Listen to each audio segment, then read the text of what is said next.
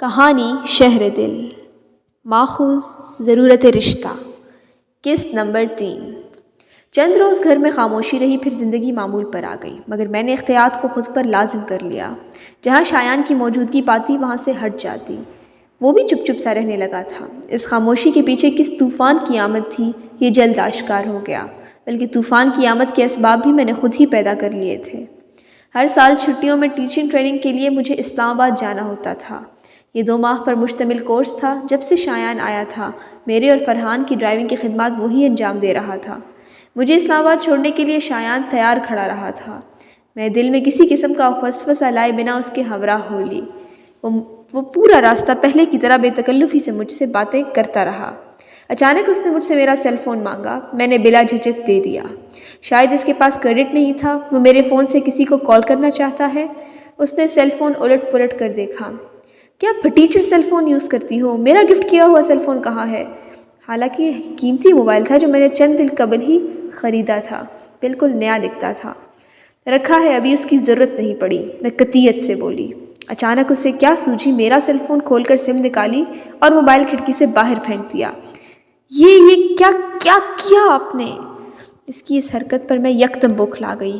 چلتی گاڑی میں میرا سیل فون بہت پیچھے رہ گیا تھا۔ یہ اس لیے کہ آپ میرا دیا ہوا سیل فون یوز کر سکیں۔ یہ آپ کی میرے پاس امانت ہے، گھر پہنچ کر لے لیجئے گا۔ اس نے سم اپنی جیب میں رکھ لی۔ اس کی اس بیہودہ حرکت پر میں خون کی گھونٹ پی کر رہ گئی۔ جانے کون سی منحوس گھڑی تھی جب وہ پاکستان آیا تھا۔ اس سے مزید الجھنا بے سود سمجھ کر میں سر تھام کر مسافت کے ختم ہونے کا انتظار کرنے لگی۔ جلد مجھے احساس ہوا ہم اسلام آباد تو ضرور جا رہے ہیں مگر ٹریننگ سینٹر نہیں۔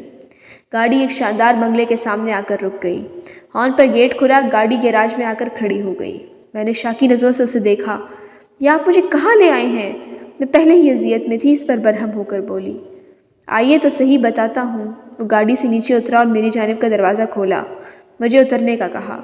مجھے چاروں ناچار اس کے ہمراہ چلنا ہی پڑا۔ صدر دروازے سے گزر کر ڈرائنگ روم میں قدم رکھا۔ وہ بنگلہ نہایت شاندار تھا۔ جہاں تک میری نظر گئی اس کی ڈیکوریشن کی نفاست پر خیرہ ہوتی گئی۔ یہ میرے ایک دوست کا گھر ہے، وہ میرے ساتھ شارجہ میں ہوتا ہے۔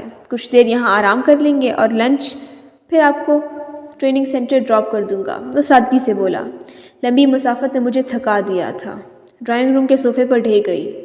اس نے مشروب منگوایا، پھر کھانا۔ پیٹ پوجا کر کے میں نے اس کی جانب دیکھا۔ شایان بھائی پلیز مجھے انٹری کارڈ کے لیے۔ ابھی میں اتنا ہی بول پائی تھی کہ اس کے سیل فون کی رنگ بجنے لگی۔ اس نے کال ریسیو کی۔ جی ممی کیسی ہیں آپ؟ جی ہم لوگ خیریت سے پہنچ گئے ہیں، ابھی کھانے سے فارغ ہوئے ہیں۔ ایکچولی ردا کا سیل فون کہیں ادھر ادھر ہو گیا ہے، میں 1-2 روز تک ارینج کرتا ہوں، لیجیے ردا سے بات کیجیے۔ اس نے فون مجھے تھمایا۔ میری بیٹی کیسی ہے؟ خیریت سے سفر گزرانا؟ ممی کی ممتا بھری آواز میرے کانوں سے ٹکرائی۔ جی ممی اچھا گزر گیا سفر۔ شایان پر ایک ناگوار سی نگاہ ڈال کر میں مبہم بولی۔ ممی نے 2-4 باتیں کر کے فون پاپا کو تھما دیا۔ ریئلی مسنگ یو بیٹا، بہت یاد آ رہی ہے تمہاری، گھر جیسے سونا سونا ہو گیا ہے، پاپا جذبات میں بولے۔ میری آنکھوں میں نمی اتر آئی۔ وہ ہر بار میرے یہاں جانے پر اس طرح اداس ہوا کرتے تھے۔ مسنگ یو ٹو پاپا، میں ہر دن آپ کو کال کروں گی، آپ اپنا بہت سارا خیال رکھیے گا۔ اور شایان کیسا ہے، زیادہ تنگ تو نہیں کر رہا؟ وہ بولے۔ اب میں انہیں کیا بتاتی، آپ کے لاڈلے بیٹے نے مجھے بہت تنگ کیا، مجھے میرے اکلوتے قیمتی فون سے محروم کر دیا، مجھے اپنے فون کے ضائع ہو جانے کا بہت دکھ تھا۔ نو پاپا، شایان بھائی بھی ٹھیک ہیں، شایان کی جانب دیکھ کر میں چباتے ہوئے بولی۔ پھر اچانک شایان اٹھتے ہوئے مجھے تھوڑی دیر تک آنے کا اشارہ کر کے باہر نکل گیا۔ اس کا فون میرے پاس ہی تھا۔ میں نے پاپا سے ڈھیر ساری باتیں کی، پھر کال ڈراپ کر کے صوفے پر لیٹ گئی۔ جانے کب میری آنکھ لگ گئی، اٹھی تو رات کے 10 بج رہے تھے۔